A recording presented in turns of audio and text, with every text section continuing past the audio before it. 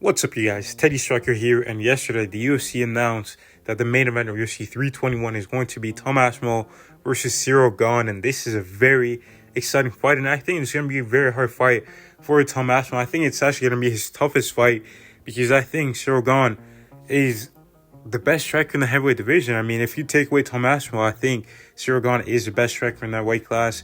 I know a lot of people are saying he lost to Volkov, but I thought it was a very close fight. I thought Ciryl won the first round based on obviously there was a spinning back fist.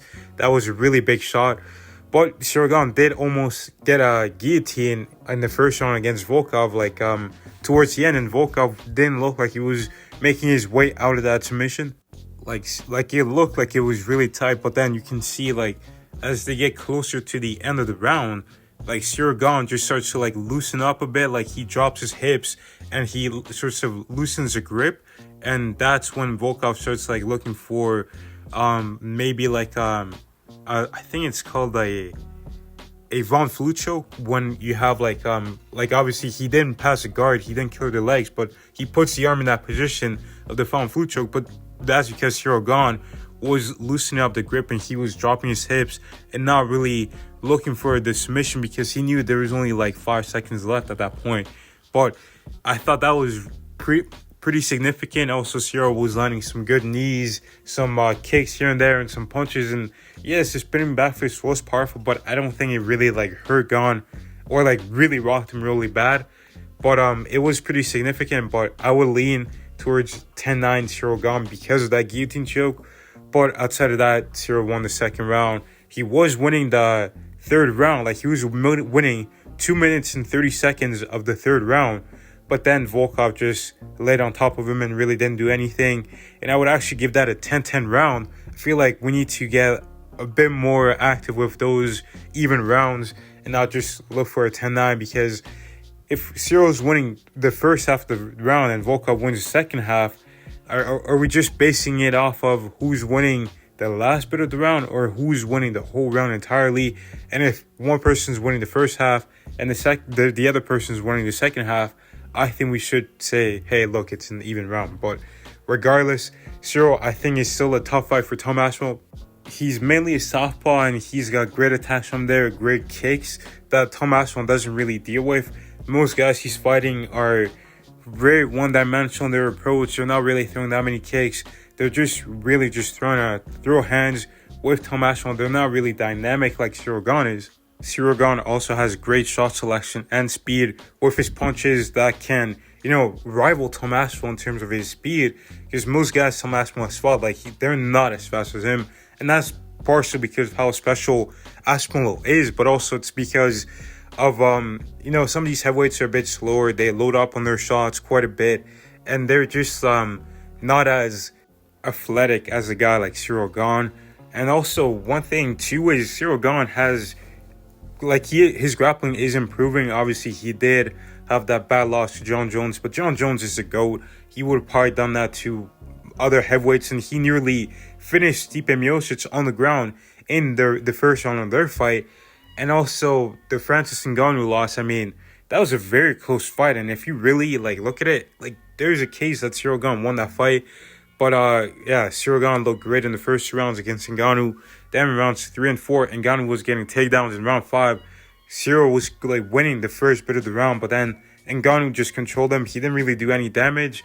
And I feel like, based on the scoring criteria, you could argue a win for Ciryl Gane. But regardless, he went out there and he fought Sergey Spivak, didn't get taken down a single time. Against Volkov, he did get taken down, but when he did get taken down, he showed an improved ground game that led him to get back up to his feet and look to escape those bad positions from Volkov. Ciryl Gane is also a better fighter defensively. He's very hard to hit clean.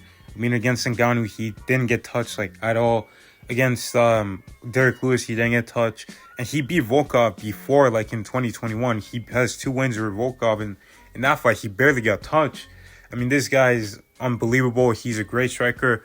And when we saw Tom Aspinall go up against a guy who had some really good defense like Volkov, he wasn't really tagging him clean. And he didn't get a knockout over him. He submitted him.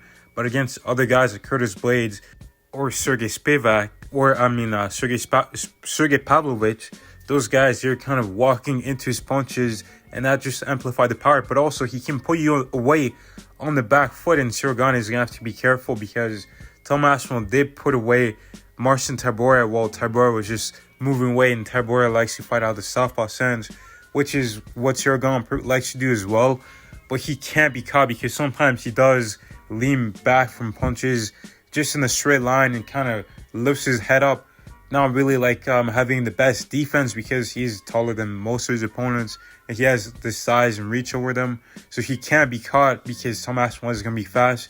And that's one thing too. Ciryl Gane hasn't fought someone as fast as Tom Aspinall. So this is going to be nearly a mirror match on the feet because both guys are really athletic, really fast. And they haven't really fought a guy like that before. So it's going to be interesting to see how they both deal with it. Another thing to consider is what happens if Tom Aspinall doesn't get the finish in the first round. What happens if he doesn't get it in the second round? We've seen Ciryl Gane go into the fifth round 3 times. He won there against Alexander Volkov in their first fight, against Georgina Rosenstruck, and against Francis Ngannou, where there was some grappling. And he looked fresher than Ngannou in round 5. So, I mean, this guy can go the distance. And Aspinall, we haven't seen it. We don't know. And neither does he. So it's going to be very interesting to see if Ciryl Gane can survive that early onslaught from a juggernaut like Tom Aspinall. But I think he can. And I think this is why it's going to be a very interesting matchup. I don't think we're going to see a finish in the first 2 rounds. I think this fight is going to go into round 3 at least. And I'm hoping for a Ciryl Gane win. But I'll be real. He did look slower against Alexander Volkov. He didn't look as quick as he was a couple years ago. He was getting clipped by a lot more shots than he usually does, partly because Volkov did get better, and also maybe because sometimes Ciryl Gane is filming movies or TV shows that takes time away from his training and his attention to MMA. But I believe he'll be locked in for this fight because this might actually be his last opportunity to fight for a title. Who knows? Because it's getting, to be honest, no. Because there's no one really there in the heavyweight division. So if he goes out there and he loses to Tom Aspinall, and let's say he beats like a Sergey Pavlovich or he beats another guy, he might actually get another opportunity. But you don't want to have so many losses, like 3 losses in title fights. It's better to get the belt now. But overall, I feel like I'm going to lean towards Tom Aspinall, even though I want Ciryl Gane to win. But right now, I'm leaning towards Tom Aspinall. I think we're going to see the best version of Tom Aspinall, to be honest. I think we're going to see a lot more of his punches, a lot more of his skills, because he doesn't really get to show it off, because no one really is able to make it that long with him. And I think we're going to see a different Tom Aspinall. We're also going to see a better Ciryl Gane, I believe.